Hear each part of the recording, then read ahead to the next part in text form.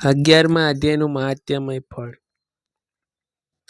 શ્રી શંકર ભગવાને પાર્વતીજીને અને શ્રી વિષ્ણુ ભગવાને લક્ષ્મીજીને કહ્યું કે હવે હું ગીતાજીના 11મા અધ્યાયનું મહાત્મ્યમય ફળ વિશે કહું છું, તે સમય સાંભળો કે જેના શ્રવણમાંથી મહાન પાપીઓ પણ પોતે કરેલ પાપોમાંથી છૂટી મોક્ષ પામે છે।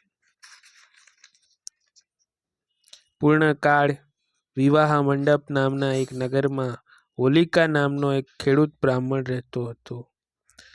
તે ખેતરોની ચોકીદારી કરીને પોતાનું પેટ ભરતો। એક દિવસની વાત છે, બપોરનો સમય હતો। તે ખેતરની ચોકીદારી કરી રહ્યો હતો, તેવામાં એક મુસાફર ત્યાંથી નીકળ્યો। એવા સમયે એક અત્યંત ભૂખ્યો ગિદ્ધને તે મુસાફર પર તૂટી પડ્યો અને પોતાના તીક્ષ્ણ નહાર અને ચાંચ વડે તે મુસાફરને ફાડી કાઢ્યો। આરામ કરતો હોલિકા આ બધું જોઈ રહ્યો હતો। તેણે ધાર્યું હોત તો મુસાફરને બચાવી શક્યો હોત, પણ મારે શું એમ વિચારીને તે ઊભો પણ થયો નહીં। એટલામાં જ એક મહાત્મા ત્યાંથી પસાર થયા। ગિદ્ધ મુસાફરને મારીને ખાઈ રહ્યો હતો। આ જોઈ મહાત્માના મનમાં તિરસ્કાર જાગ્યો। તેમણે હોલિકાને શ્રાપ આપતા કહ્યું કે તને ધિક્કાર છે, તું ઘણો નિર્દયી છે, તું રાક્ષસથી ઓછો નથી, મારે તું રાક્ષસ થઈ જા। આ શાપ સાંભળતા જ બ્રાહ્મણ ગભરાઈ ગરગરવા લાગ્યો। મહાત્માને દયા આવી ગઈ। તેઓ બોલ્યા કે જ્યારે કોઈ ગીતાજીના 11મા અધ્યાયનો પાઠ કરી તેનું મંત્રેલું જળ તારા મસ્તક પર છોડશે ત્યારે તને આ શ્રાપમાંથી મુક્તિ મળશે। આમ કહી મહાત્મા ચાલ્યા ગયા। શ્રાપના કારણે રાક્ષસ બનેલો બ્રાહ્મણ ગામના લોકોને પકડી પકડીને ખાવા લાગ્યો। આથી ત્રાસી ગયેલા ગામ લોકો ભેગા થઈ બ્રહ્મ રાક્ષસને વિનંતી કરી કે તું ધર્મશાળામાં જઈને રહે, ત્યાં તે રાતવાસો કરે તેનો ભોગ લેજે। બ્રહ્મ રાક્ષસે હુમશાળામાં ધામા નાખ્યા। ત્યાં તે મુસાફર આવતા તેને તે મારીને ખાઈ જતો। એક દિવસ એક બ્રાહ્મણ પણ ધર્મશાળામાં રાતવાસો કર્યો। સવારે તેને જીવતો જોઈ ચોકીદાર અને ગામ લોકોના વિસ્મયનો પાર ન રહ્યો। બ્રાહ્મણ જાણકાર છે એમ માની ચોકીદારે આ બ્રાહ્મણને થોડા દિવસ ધર્મશાળામાં રહેવાની વિનંતી કરી। બ્રાહ્મણ રોકાઈ ગયો। બન્યું એવું કે ચોથા દિવસે સાંજે ચોકીદારના પુત્રનો મીણ ગામમાં આવ્યો।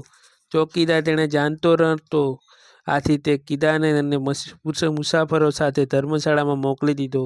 ચોકીદારના પુત્રને પોતાનો મિત્ર ધર્મશાળામાં ઉતર્યો છે આ વાતની ખબર પડતા જ તે પોતાની જીગરી મિત્રને બચાવવા ધર્મશાળા ગયો, પરંતુ બ્રહ્મ રાક્ષસ અન્ય મુસાફરોની સાથે તેને પણ મારીને ખાઈ ગયો।